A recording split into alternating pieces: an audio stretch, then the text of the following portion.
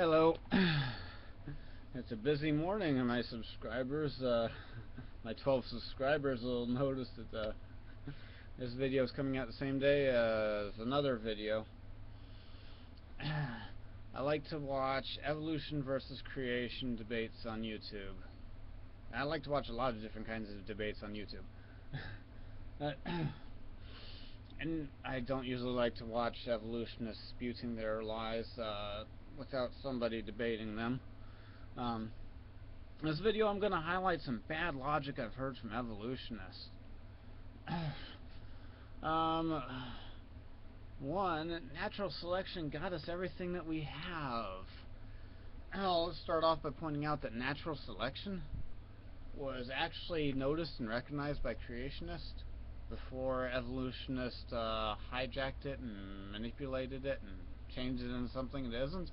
It's a fact. The animal that's some animals go extinct,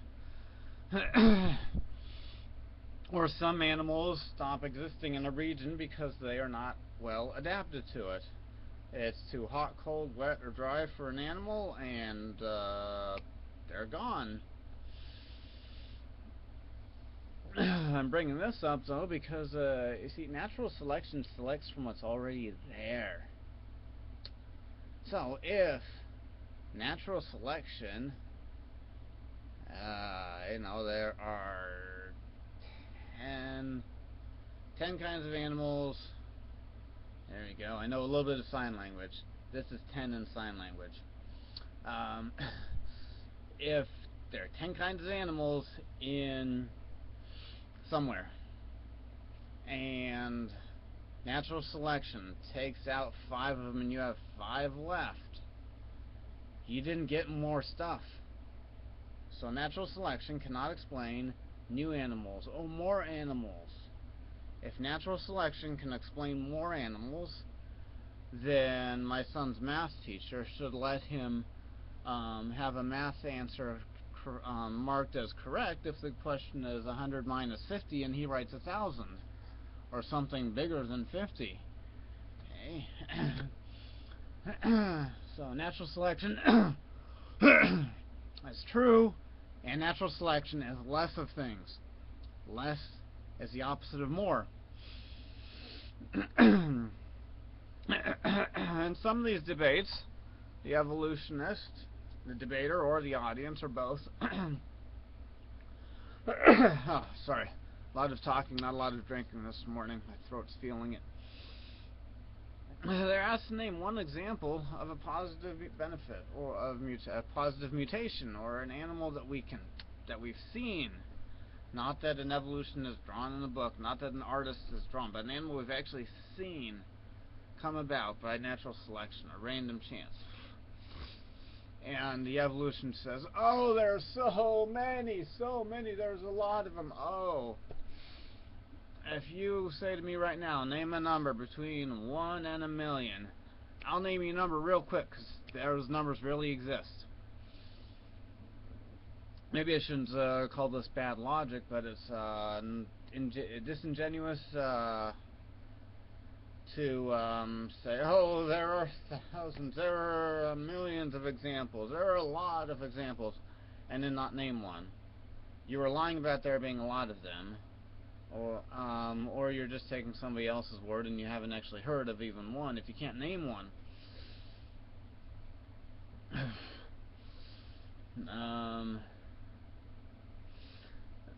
Sometimes some of the evolutionists use as a proof, everyone believes, every scientist believes. Well, that doesn't prove anything. A lot of people can be wrong about things, and they were. When Christopher Columbus set sail, there were people who... It was actually more common for Christians to tell him he was going to starve to death in the middle of nowhere than for them to tell him he was going to fall off the edge of the earth. People thought he couldn't sail around, and they were wrong. So everyone believes, and everyone's believed a lot of stuff in the past that, it wasn't right. People used to think that maggots spontaneously appeared on rotting meat. Now we know where maggots come from. People used to think that mold spontaneously appeared. They used to think that wheat turned into mice. It used to be a majority opinion of doctors that if you're sick, you have bad blood that needs to get taken out of you. Unless you have cancer, you don't have bad blood that needs to get taken out. Well, and then if you have leukemia, that's just going to kill you. It's not going to get the bad blood out. You need to get at the marrow that's creating the bad blood if you have leukemia. Okay. There is some, next point, there is some variation in the animals. Dogs are a great example of this. Some very different looking dogs can reproduce. My dog's proof of that. My dog's mother was found out in the woods. She had a purple tongue. So chows and Shar-Peis have purple tongues. Those are the only purebreds that I know of that have purple tongues. Purple tongue, and looked almost like a German Shepherd or a Malinois. Not a Malinois, a Groenendael. So we'll call her a probably Chow Shepherd mix. 60, closer to 80 pounds. And my dog's father was a part Shih Tzu, part Poodle that was 10 pounds. Maybe 12 if I'm being generous with them. And they were able to reproduce because they're the same kind, and because there are some variations built into animals by the creator. Now, to say that those little variations prove that the dog's ancestor is a single-celled animal, it just doesn't prove it. If I could drive my car from New Jersey to California or California to Alaska, that does not prove that that car could drive to Japan or France from California or New Jersey. And so there's another piece of bad logic. Little bit of change that can happen in no way proves that a big change is also able to happen.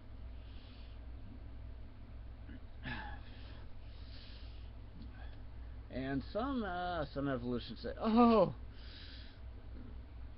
maybe they aren't as dramatic as I'm being, but hey, as long as I'm not lying about what they're saying, I can get a little dramatic, can't I?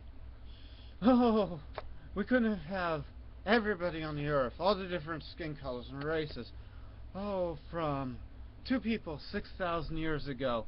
It couldn't have happened. That just couldn't happen from two people. Well, they just proved themselves wrong when they said that. Evolution claims a whole lot more stuff from a rock or a pile of goop. Or if you're feeling like being generous to them, okay, the first single-cell organism. What's the bigger change? People still being people, but some of them getting more melanin in their skin, some less. Some getting curlier hair, some getting less hair, different hair colors. What's the bigger change? That or a single-cell organism that had one cell that didn't have even two cells that had to work together, suddenly having two cells that have to cooperate and work together, and then all the changes it would take from that to everything that we have on the earth now. And some evolutionists denouncing the story of Noah's Ark say Noah could not get two animals from each kind all onto that ark.